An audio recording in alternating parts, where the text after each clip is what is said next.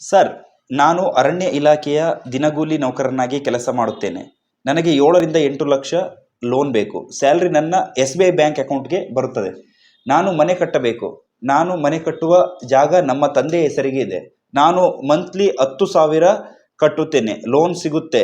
ನನ್ನ ವಯಸ್ಸು 38.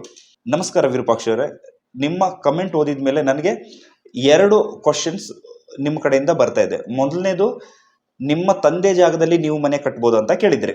ಡೆಫಿನೆಟ್ಲಿ ಕಟ್ಬೋದು. ಬ್ಯಾಂಕಲ್ಲಿ ಲೋನ್ಗೆ ಹೋಗುವಾಗ ತಂದೆ ಅಪ್ಲಿಕೆಂಟ್ ಆಗ್ತಾರೆ, ನೀವು ಇನ್ಕಮ್ ಇರೋದ್ರಾಗಿರೋದ್ರಿಂದ ನಿಮ್ಮನ್ನ ಕೋಅಪ್ಲಿಕೆಂಟ್ ಆಗಿ ತಗೊಳ್ತಾರೆ. ಡೆಫಿನೆಟ್ಲಿ ನೀವು ಮನೆ ಕಟ್ಬೋದು. ಎರಡನೇ ಕ್ವಶನ್ ಏನಪ್ಪ ಅಂತ ಹೇಳಿದ್ರೆ, ನೀವು 10,000 ತನಕ EMI ಕಟ್ಟಲಿಕ್ಕೆ ನಿಮ್ಮ ಹತ್ರ ಆಗ್ತಾ ಇದೆ. ಅದರಿಂದ 7ರಿಂದ 8 ಲಕ್ಷ ನಿಮಗೆ ಲೋನ್ ಸಿಗುತ್ತಾ ಇಲ್ವೋ ನೀವು ತಿಳ್ಕೊಳ್ಬೇಕು. ಸಿನ್ಸ್ ನೀವು 45 ವರ್ಷಕ್ಕಿಂತ ಕೆಳಗಡೆ ಇರೋದ್ರಿಂದ 30 ವರ್ಷ ತನಕ ರಿಪೇಮೆಂಟ್ ಪೀರಿಯಡ್ ನಿಮಗೆ ಸಿಗುತ್ತೆ.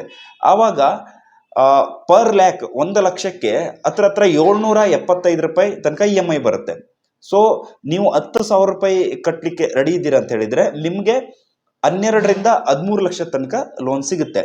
ಈ 2 ವಿಷಯನ ಬಿಟ್ಟು ನೀವು ಮೇನ್ ಆಗಿ ಏನ್ ತಿಳ್ಕೊಳ್ಬೇಕಂತ ಹೇಳಿದ್ರೆ, ನೀವು ಅರಣ್ಯ ಇಲಾಖೆಯಲ್ಲಿ ದಿನಗೂಲಿ ನೌಕರರಾಗಿ ಕೆಲಸ ಮಾಡುತ್ತೇನೆ ಅಂತ ಹೇಳಿದ್ದೀರಿ. ಅಲ್ಲಿ ನಿಮಗೆ ಬ್ಯಾಂಕಲ್ಲಿ ಯಾವ ಥರ ಮಂತ್ಲಿ ಅಮೌಂಟ್ ಕೊಡ್ತಾರಾ, ಪರ್ ಡೇಯಲ್ಲಿ ಕೊಡ್ತಾರಾ, ಅದನ್ನೊಂದು ತಿಳ್ಕೊಂಡು ಆಮೇಲೆ ಅರಣ್ಯ ಇಲಾಖೆಯಿಂದ ಏನಾದರೂ ಒಂದು ಕನ್ಫರ್ಮೇಷನ್ ನೀವು ತಗೊಳ್ಬೇಕು. ಸ್ಯಾಲ್ರಿ ಸ್ಲಿಪ್ ಆಗಿರಲಿ ಅಥವಾ ಸ್ಯಾಲ್ರಿ ಕನ್ಫರ್ಮೇಷನ್ ಆಗಿರಲಿ. ಸ್ಯಾಲ್ರಿ ಸ್ಲಿಪ್ ಅಂತ ಹೇಳಿದ್ರೆ ಮಂತ್ಲಿ ಒಂದ್ಸಲ ನಿಮಗೆ ಪೇಮೆಂಟ್ ಮಾಡೋದು ಅಂತೇಳಿ ಆದರೆ ಸ್ಯಾಲ್ರಿ ಸ್ಲಿಪ್ ಕೊಡ್ತಾರೆ. ಆವಾಗ ಏನು ತೊಂದರೆ ಇಲ್ಲ. ಈ ದಿನಗೂಲಿ ಅಂತ ಹೇಳಿದ್ರೆ ಡೈಲಿ ವೇಜಸ್ ಏನು ಕೊಡ್ತಾರೆ, ಅದಕ್ಕೆ ಏನಾದರೂ ಒಂದು ನೀವು ಅರಣ್ಯ ಇಲಾಖೆಯಿಂದ ಕನ್ಫರ್ಮೇಷನ್ ತಗೊಳ್ಬೇಕು. ಅದ್ರ ಜೊತೆಗೆ ನೀವು ಅರಣ್ಯ ಇಲಾಖೆಯಲ್ಲಿ ಕೆಲಸ ಮಾಡ್ತಾ ಇದ್ದೀರಾ ಅಂತೇಳಿ ಒಂದು ID ಕಾರ್ಡ್ ತಗೊಳ್ಬೇಕಾಗುತ್ತೆ. ಆಮೇಲೆ ನಿಮ್ಮ ಜಾಯ್ನಿಂಗ್ ಲೆಟರ್, ನೀವು ಯಾವಾಗ ಜಾಯ್ನ್ ಆಗಿದ್ದೀರಾ ಅದರ ಒಂದು ಕನ್ಫರ್ಮೇಷನ್ ಕೂಡ ನೀವು ತಗೊಂಡು ಹೋಗ್ಬೇಕಾಗುತ್ತೆ. ಇದಿಷ್ಟು ನೀವು ತಿಳ್ಕೊಂಡ್ರೆ ನಿಮಗೆ ಡೆಫಿನೆಟ್ಲಿ SBI ಕೂಡ ನೀವು ಅಪ್ಲೈ ಮಾಡ್ಬೋದು.